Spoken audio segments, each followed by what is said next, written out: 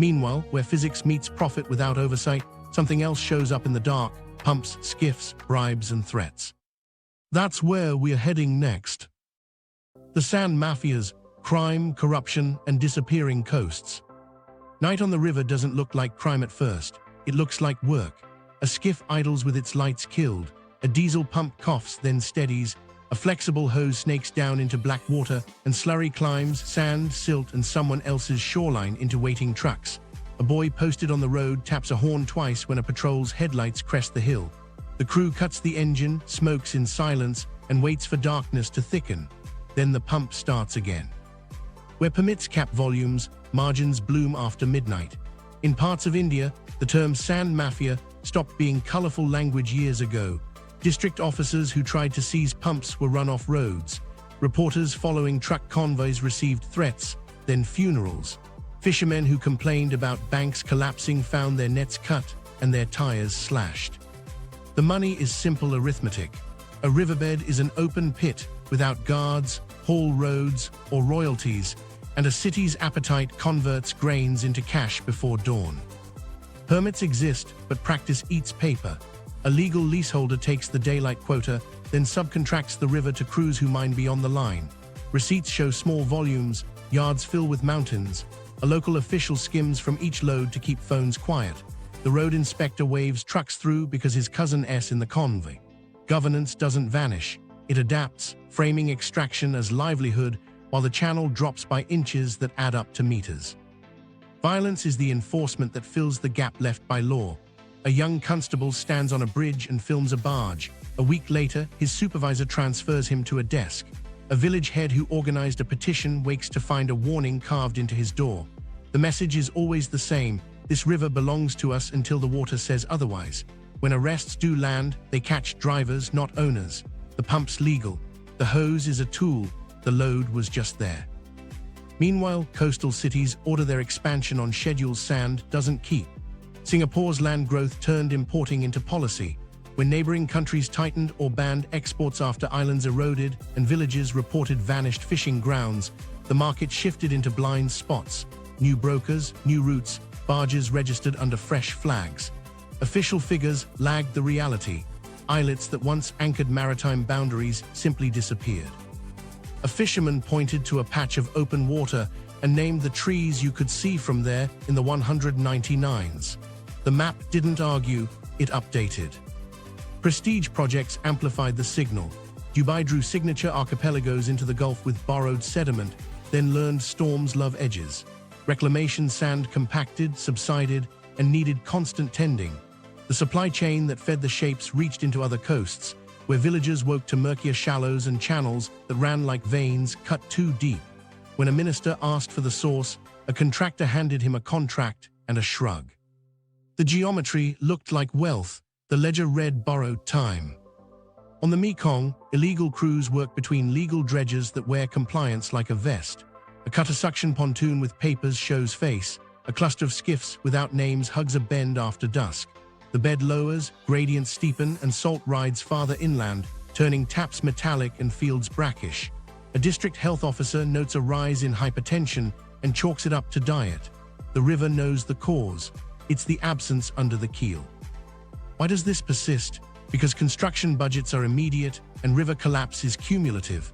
A developer needs fill by Monday. A mayor wants ribbon and cameras before elections. A port authority can't slip a tender again without penalties. Each one makes a phone call to a broker who knows a crew who knows a quiet bend. Everyone believes they're taking a cup from a lake. Together, they lower the floor. There's also a revenue addiction. Local governments levy fees on legal loads. Those fees fund road repairs and clinics. Crack down too hard and the official tonnage drops. The budget bleeds. Meanwhile, the illegal stream keeps moving because buyers care about delivery, not provenance. Compliance becomes a competitive disadvantage. The honest quarry quotes a timeline. The night crew quotes a price. The story travels by rumor and obituary. A journalist in Uttar Pradesh reported on a syndicate and died in a staged crash. A young activist in Tamil Nadu filmed trucks near a protected river and never came home. Their names flicker through police reports and court filings. The river carries them anyway. folding each loss into the low thrum of diesel and the hiss of slurry through hose. While that was happening in India's districts, an Indonesian Coast Guard patrol traced a dredger's AIS signal to a patch of sea where no one had a permit. The captain produced papers from a different jurisdiction. The patrol photographed a deck lined with sand like a wheat barge and sailed home with a report. A month later, the company changed names. The barge kept sailing. The disappearing coast is not a metaphor. In Cambodia and Vietnam, mining pits invisible from shore create waves that bite harder, currents that shoulder into banks at angles, and storm surges that run farther on flatter beds. Houses step back by meters each rainy season. Governments issue relocation grants measured in months. Families measure loss in trees, grave, and the distance to the new ferry landing.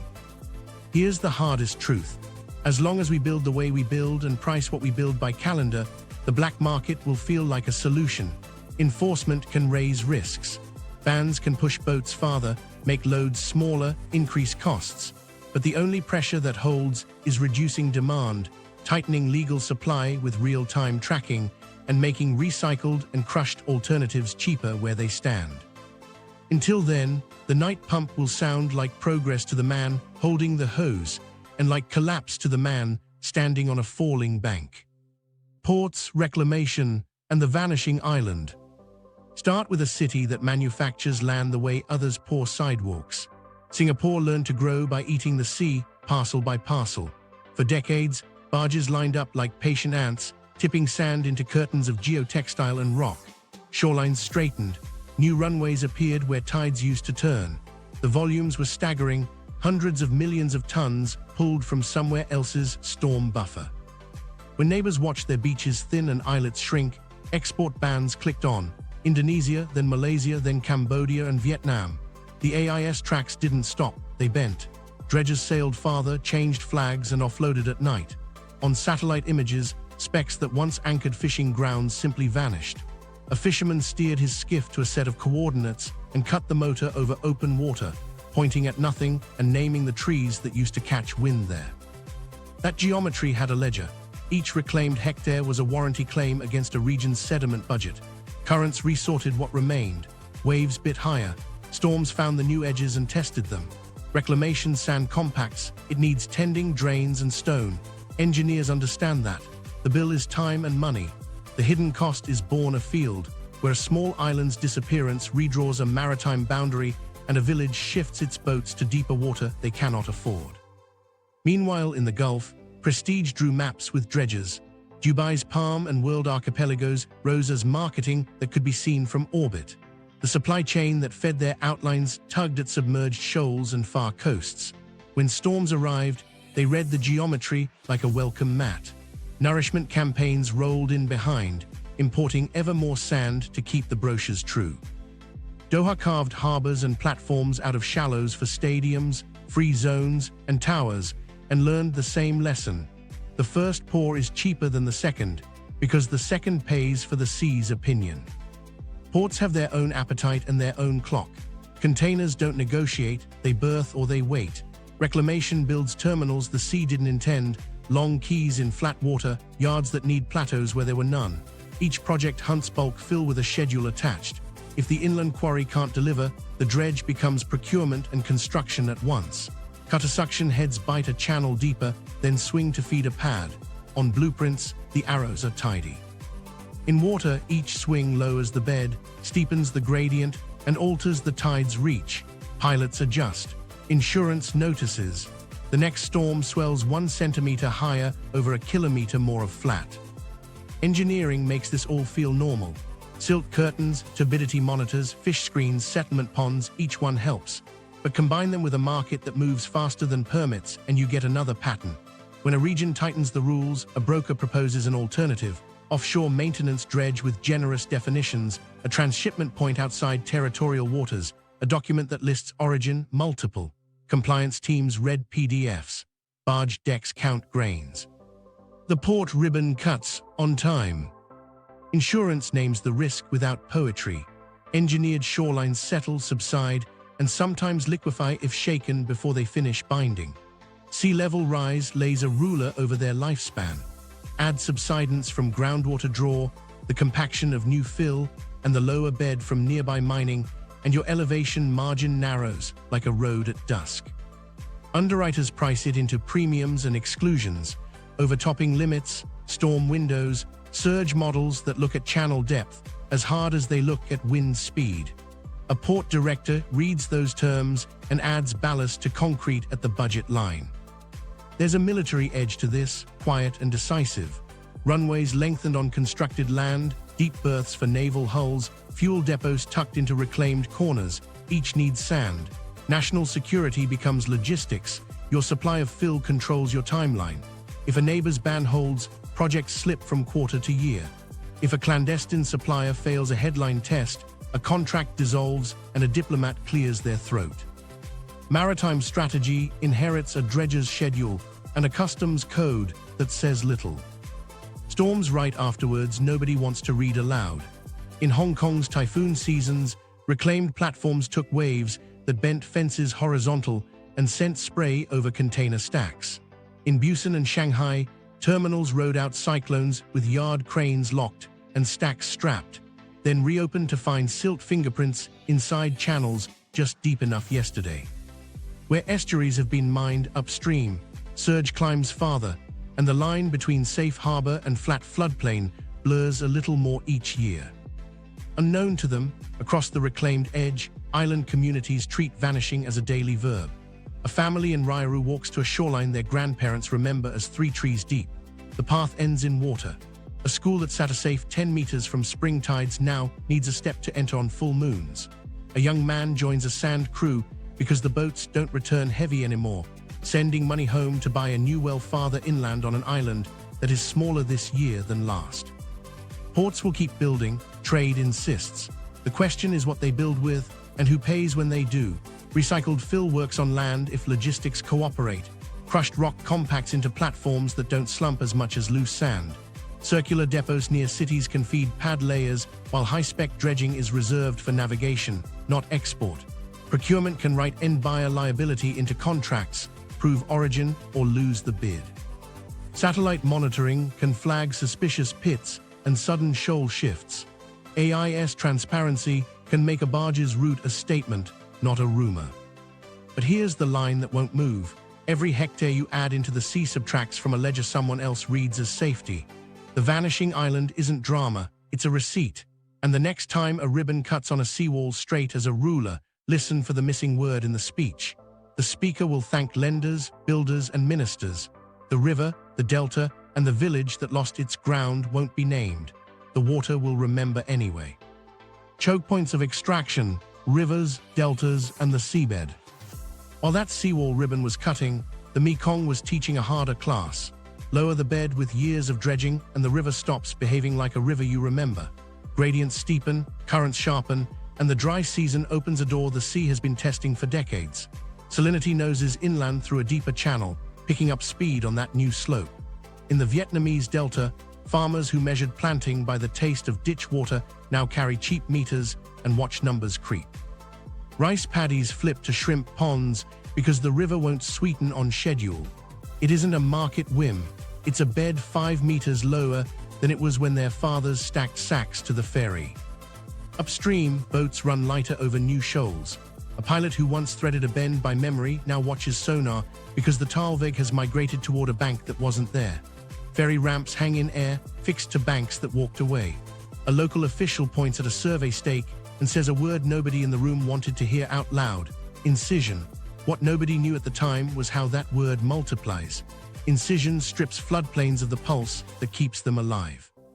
Fish that bred in shallows don't find shallows. Sediment that built islands in the estuary loses its ride.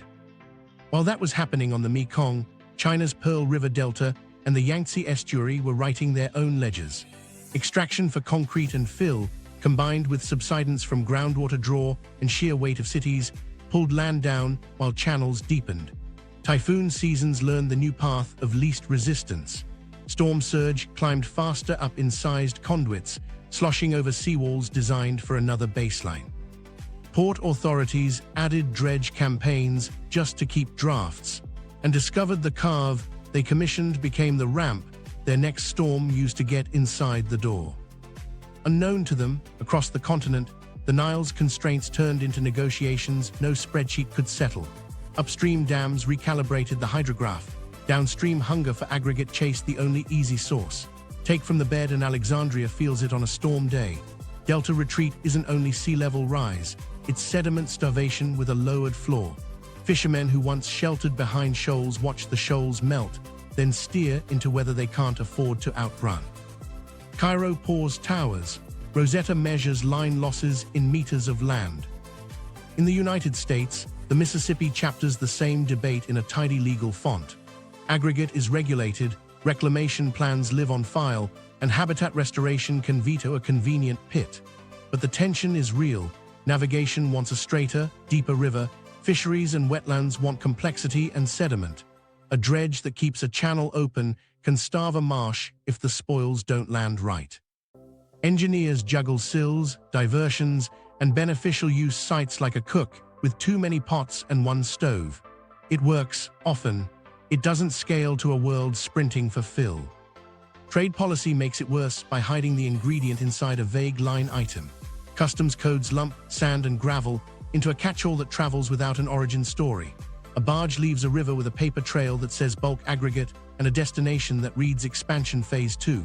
When borders tighten, cargoes rebrand. When neighbors complain, shipments shift at night to a lighter draft port, and the paperwork reappears downstream as maintenance material. Demand is offshored as language. This is the moment finance discovers sand and decides it's late to the file. Banks underwriting megaprojects start asking where fill originates. Builders produce compliance binders. Satellite analysts sell services that can spot pits growing along rivers not listed in permits. A few insurers tie premiums to provenance. The sector learns, awkwardly, that aggregate comes with reputational risk. But the questions land narrowly, transaction by transaction, while the delta reads the sum, not the invoice. Meanwhile, the seabed turns into the next promised source. Offshore deposits look clean, abundant, and out of sight. A dredger can vacuum vast volumes without a truck, a gate, or a neighbor. The physics says otherwise. Hit a shelf and you change wave patterns. Carve a hole and you create a trap for finer silts. Disturb benthic habitat and you erase nurseries for species that won't bill you. Shorelines down current feel the subtraction. Nourishment programs import more sand to cover a loss you just moved offshore. The circle completes and calls itself management. Everything was about to change when one port paired dredge windows with storm calendars, missed an extraction slot, and learned a supply chain is a season, not a truck. The fix wasn't heroic. It was a list. Extraction caps tied to bed surveys, salinity triggers that pause pumping, real-time AIS on dredges, public dashboards that turn maintenance from a euphemism into a route. Contracts added end buyer liability and provenance audits that actually visited a bend at dusk. It didn't stop mining. It made absence visible before the bank fell. Here's where it gets interesting. These choke points aren't failures of sand. They're failures of how we treat rivers, deltas, and seabeds as warehouses, not systems. The Mekong needs its floor to keep salt at the door. The Pearl and Yangtze need friction to blunt surge. The Nile's delta needs silt and time, not just concrete and prayer. The Mississippi needs dredging and diversion held in the same plan. Offshore needs a map of no-go zones drawn by waves and fish, not only by bathymetry. Without that, every barge that leaves a bend takes more than grains. It takes options. Financialized geography, the aggregate index nobody tracks. While that bend in the Mekong was cutting deeper, spreadsheets in distant cities learned a new language. Construction schedules didn't slip because cement was late or cranes failed. They slipped because a quarry permit stalled, a barge window closed, a storm clipped a dredge. Somewhere between a pit and a pour, money discovered sand, and it didn't like what it found. An essential input with no index, no futures curve most people trust, and a geography that can't be diversified by wish. Developers felt it first. Their contracts talk in days and damages. Miss a milestone and liquidated damages tick per hour, per crane, per skipped pour. The delay clause doesn't care if the aggregate barge hit a new silt bar or if a province tightened river limits after a bank fell. A project finance model built on tidy lead times inherits the river's mood, and suddenly force majeure learns a new phrase, extraction moratorium. In boardrooms, lenders started penciling risk to something they couldn't price. Cement lines are public, kiln output is countable. Aggregate is 1,000 pits, leases and skiffs moving under customs code that lumps sand and gravel like it's flour. Banks asked origin in diligence calls. Builders passed along compliance binders. The truth remained off-stage. Availability is local, seasonal, and political. A typhoon season lands late. A court halts a channel. An export ban ripples. And a metropolitan bond schedule eats interest while waiting on grains. Municipal debt learned the same lesson in concrete. Cities borrowing for bridges, water plants, sea defenses wrote timetables into bond prospectuses. When aggregate rationing hit, cost escalators kicked, change orders multiplied, auditors called, and ratings agencies asked about materials exposure. It sounded absurd until someone showed the calendar that hinged on an upland quarry and a single haul route through a village that had just voted different. The project still makes sense. The timeline doesn't, and interest doesn't forgive. Private equity treated quarries like any other roll-up, fragmented market, steady demand, local moats. It worked until antitrust and communities pushed back. Consolidation promised efficiency, neighbors heard truck counts and detonations. Courts demanded mitigations, costs rose. A permit slipped a fiscal quarter, and a portfolio company tripped a covenant. Every blasting plan now sits beside a stakeholder map and a litigation budget. Meanwhile, commodity desks peered in. Could sand trade like fuel or ore? Some tried pilots, provenance tracking, standardized grades, port stockpiles. It helps in ports that sit on rock and have rail. It doesn't help where the right sand is a river's gift and a season's bargain. Try warehousing monsoon. Technology's demand curve pours fuel on all of this. Data centers want pads and pads want fill. Transmission lines want footings. EV factories want slab acres and fast access. Every climate bill that accelerates clean energy adds concrete, rebar, and aggregate to the near-term shopping list. Circular supply helps, but the front-loaded build-out pushes demand into the very windows rivers and quarries struggle to meet. A green timeline meets a gray bottleneck. Insurers don't negotiate with hope. Delay in startup coverage, builders risk, business interruption, premiums and exclusions shifted once underwriters added aggregate supply interruption to events that can cascade costs. Prove your source, show your contingency, and map your extraction windows to storm seasons, they said. A port expansion learned that the hard way. When a dredge misread a swell, lost a week, and reclamation fills slipped, the insurer paid and wrote a rider for the next policy that priced the tide. Unknown to them, across an ocean, a CFO slid a new line into contracts, delivery windows defined by extraction and navigation triggers, not just calendar dates. Customers balked, then signed after their own lawyers realized clawbacks were cheaper than lawsuits.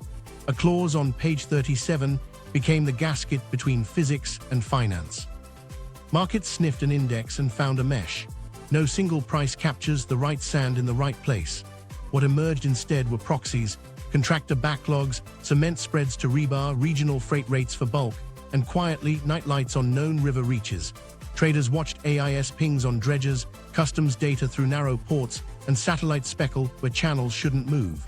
1,000 tiny signals stitched a map of absence into a number only a few desks could read. Communities noticed they'd become a footnote in someone else's risk memo. A village that blocked trucks to keep a school's walls from cracking learned it had moved a foreign pension fund's returns by basis points. A harbor that enforced a no-night dredging rule for dolphins and fishermen delayed a mega-terminal and lit up a sovereign wealth fund's call sheet. Legitimacy became collateral. Projects with transparent sources, recycled content, and enforceable extraction caps borrowed cheaper. It wasn't philanthropy, it was math. Fewer headlines, fewer pauses, smoother cash flow.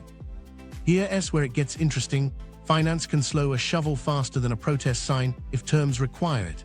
In buyer liability and live provenance audits make brokers choose between margin and jail. Bond covenants tied to riverbed surveys ratchet flow automatically. Insurers discount projects that publish pit-to-pour dashboards. A quarry with community equity and a reclamation track record beats a cheaper permit with nightly videos on phones. Money doesn't grow scruples, it prices them. But finance is also late and narrow. It likes deals, not deltas. It reads contracts, not currents. the index nobody tracks isn't just price. It's risk compounded by maps, seasons, and law.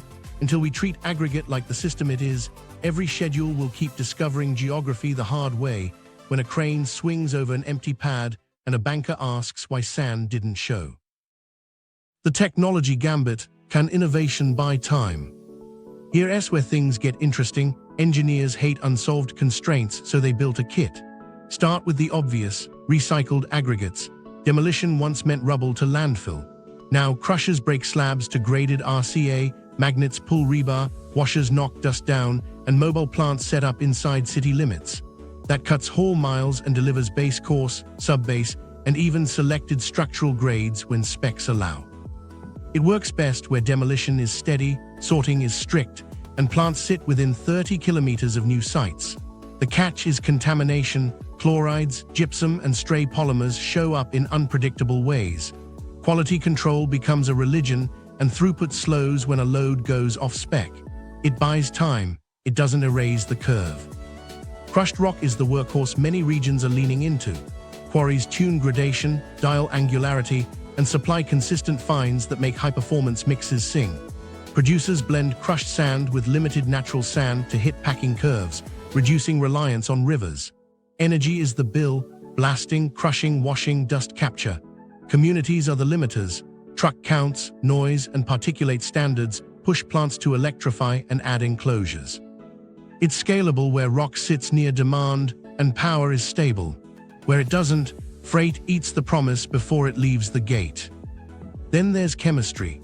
Geopolymers and alkali-activated binders replace a chunk of Portland cement with industrial byproducts: fly ash, slag, calcined clays. Lower cement means less paste demand, less sensitivity to rounded grains, and better durability in aggressive environments. UHPC pushes the other way: more paste, steel fibers, tiny aggregate, and compressive strengths that let designers use much less volume per span. The upside is life cycle performance. The downside is cost, curing discipline, and a trained labor force that can keep mixes within tight windows at scale. It's not a miracle, it's a method that moves concrete from commodity to craft. LC3 cements quietly matter more than headlines admit. Limestone calcined clay cement replaces a significant share of clinker with abundant clay and ground limestone, holding performance while shrinking CO2. Less clinker means mixes can tolerate a different sand profile without chasing workability with water. But producers still need gradation discipline, storage to avoid blend segregation, and procurement specs that allow new binders. Policy helps here. Procurement standards that accept performance-based mixes unlock the plant's willingness to switch. 3D printing shows up at conferences with swooping walls and time-lapse pride. Its real utility today is niche: formwork-free walls, rapid shelters, and custom elements with minimal waste. It is not a bulk aggregate answer. Printed mixes are cement-rich, fine aggregate heavy, and hypersensitive to rheology.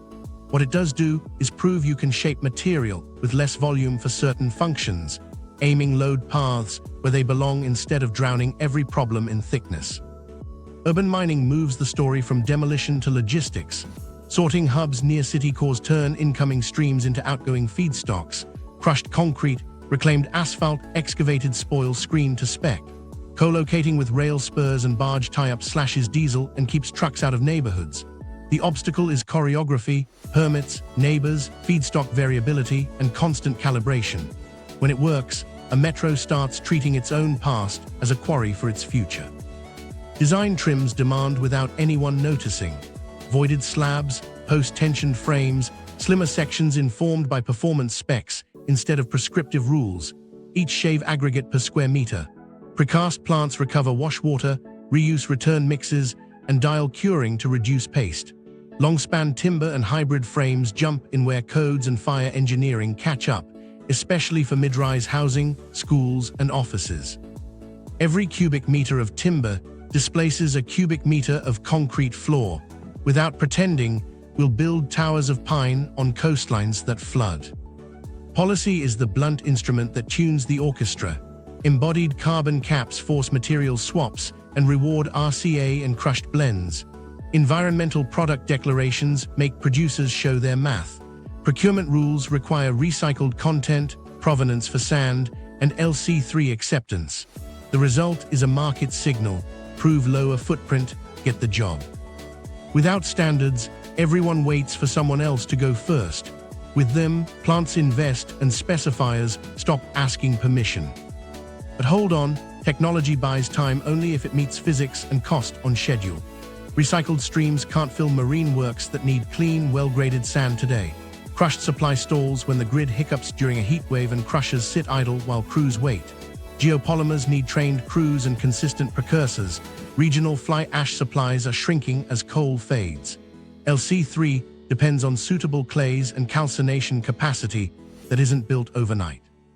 3D printing lines up for pilot projects, not ports. Timber asks for foresters, fabricators, and codes in tune. Here's the edge that actually cuts: demand-side design coupled with circular hubs and policy teeth. Use less, reuse more, certify sources, and move quarries closer to consumption with community equity and strict controls. Treat crushed rock as default, natural sand as premium, recycled as required where performance allows. Reward plants that electrify and capture dust. Penalize bids that can't prove origin. Fund material passports so buildings become banks, not waste. Innovation won't conjure new rivers. It will stretch the ones we have by reducing the grains we need per function, substituting angular where round once slid by, and turning yesterday's slabs into tomorrow's base layers. It buys time. What we do with it decides whether the next dredger sets up under a bridge at midnight or stays tied at the dock, because the spec no longer demands a river under it.